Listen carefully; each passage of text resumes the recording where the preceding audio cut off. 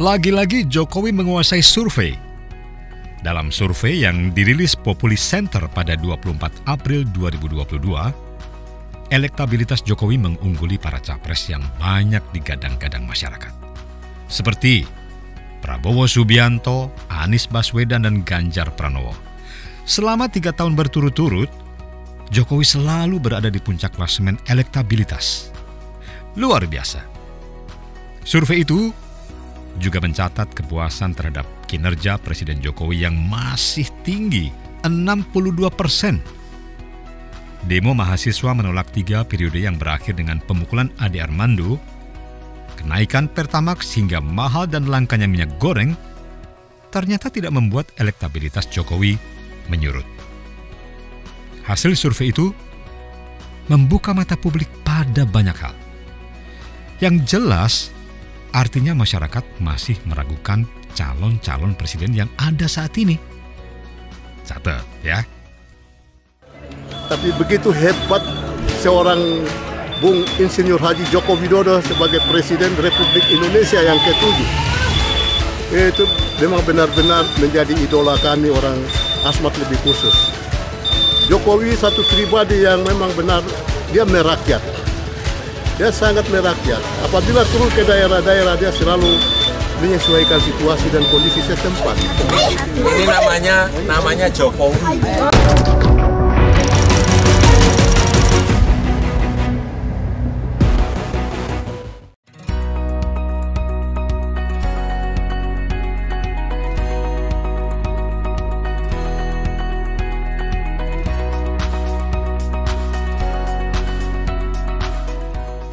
Keraguan ini bisa jadi karena mereka dianggap kurang berprestasi, kurang meyakinkan juga. Bisa jadi juga karena mesin-mesin politik para kandidat presiden itu belum berjalan penuh mempromosikan sang calon. Atau justru sebaliknya, ada yang terlalu bersemangat pencitraan hingga masyarakat malah menjadi muak. Terlepas dari itu semua, artinya Jokowi telah membuat standar prestasi tinggi untuk presiden-presiden berikutnya, sehingga sulit dicari penggantinya. Jokowi tercatat sebagai presiden yang paling masif dalam membangun infrastruktur. Hanya dalam waktu kurang dari 10 tahun, kemajuan infrastruktur Indonesia telah melesat tajam. Masih ada banyak prestasi lain. Bantuan sosial, misalnya. Mulai dari Kartu Indonesia Pintar, BST, PKH, bantuan bagi pekerja di masa pandemi, hingga yang terbaru BLT Migor. Meski di era SBY pertama kali ada bantuan sosial tunai, tetapi bansos di era Jokowi lebih beraneka ragam. Hebatnya lagi, bansos di era Jokowi berlaku sepanjang tahun. Selalu ada, termasuk juga bantuan bagi UMKM. Sementara SBY disinyalir banyak memberikan bansos hanya menjelang pemilu 2009, sehingga dianggap digunakan untuk menarik massa agar terpilih kembali. Terlepas dari itu semua, kegiatan bansos di era Jokowi berhasil membuat database yang lengkap, sehingga bukan saja selalu update, melainkan juga dapat dipertanggungjawabkan. Bantuan pun menjadi cepat dan siap dikeluarkan sewaktu-waktu. Berbeda dengan era sebelumnya, setiap keputusan bantuan ditetapkan akan diikuti keributan berlarut-larut untuk menentukan siapa yang berhak menerimanya. Dan keributan ini terjadi di setiap lini, mulai dari tingkat kementerian hingga level RT yang terendah. Semuanya karena tidak ada database dan juga survei periodik oleh tim independen.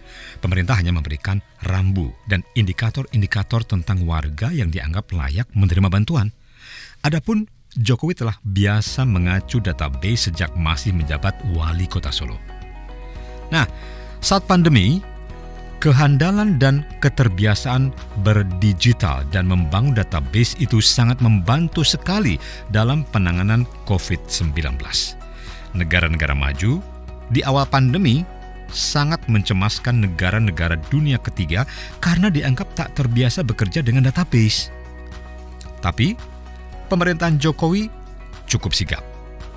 ini bukan hanya berhasil membangun big data tentang siapa-siapa yang positif terkena virus COVID, melainkan juga membangun sistem yang handal dalam mempercepat program vaksinasi. Keraguan negara maju terjawab. Bahkan mereka mengacungkan jempol karena Jokowi mampu memadukan sistem digital dan pemberdayaan masyarakat.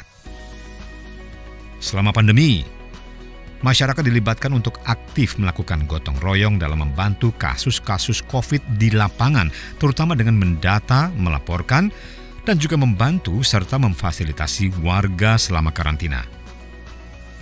Program vaksinasi pun melibatkan kelompok-kelompok masyarakat agar aktif mendaftarkan warganya. Pemberdayaan masyarakat ini menjadi jembatan bagi warga yang kurang familiar dengan internet dan hal-hal digital. Pada akhirnya, program Peduli Lindungi menjadi rintisan big data kesehatan masyarakat. Kelak, bila ada wabah penyakit lagi, segala sesuatunya lebih bisa diprediksi dengan adanya big data kesehatan. Untuk keberhasilannya menangani pandemi ini, dunia memuji Jokowi. Kishore Mahbubani, mantan Presiden Dewan Keamanan PBB periode 2001-2002, yang juga peneliti pada Asia Research Institute of the National University of Singapore, bahkan menulis artikel khusus berjudul The Genius of Jokowi. Jokowi, menurutnya, patut menjadi role model bagi good governance di banyak negara. Tak banyak yang sadar, Presiden Jokowi melakukan inovasi lain di bidang kesehatan. Melalui Menteri Kesehatan, Jokowi melakukan perombakan dalam struktur organisasi di tubuh Kemenkes dengan menambah 1 direktorat, yakni Direktorat Jenderal Tenaga Kesehatan. Nah, Dijen ini bertugas menyelenggarakan perumusan dan pelaksanaan kebijakan di bidang tenaga kesehatan, termasuk norma dan SOP tenaga kesehatan, serta pengawasan dan kode etik nakes. Diharapkan tak akan ada lagi kasus di mana organisasi profesi semena-mena memperlakukan karir seseorang. Pembentukan Dijen Nakes ini juga menyikapi kekurangan dokter dan nakes serta distribusinya yang tak merata. Indonesia harus mengejar ketertinggalan untuk memenuhi kebutuhan lebih dari 100.000 dokter.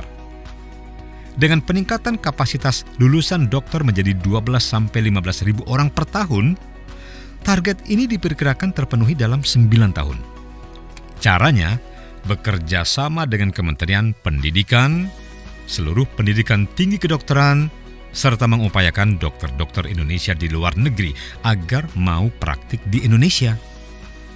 Mengapa harus Dijen baru? Karena tanpa adanya satu instansi khusus, masalah nakes ini tidak akan menjadi prioritas, mengingat sudah cukup banyaknya beban kerja di Dijen-Dijen lain. Tak cukup di situ, pemerintah Jokowi melalui Menteri Kesehatan juga akan memberikan vaksin anti kanker serviks gratis di tahun 2022 ini. Sebagai tindakan preventif dan juga pemenuhan kebutuhan kesehatan dasar, mengingat angka kematian akibat kanker serviks ini cukup tinggi. Bila ada yang perlu dipelajari dari Jokowi bagi para politisi yang berminat nyapres di tahun 2024, tentu saja keberpihakan pada rakyat kecil, mereka yang paling lemah dan terpinggirkan. Kita bisa melihat dari kasus batu bara dan yang terbaru minyak goreng. Bagaimana Jokowi melarang ekspor minyak sawit mentah meski harga di dunia sedang tinggi. Nah, ini mencegah pengusaha hanya menjual di luar negeri saja demi mengejar untung sebesar-besarnya, yang menyebabkan minyak goreng menjadi langka dan mahal di dalam negeri dan rakyat kecil menjadi korbannya.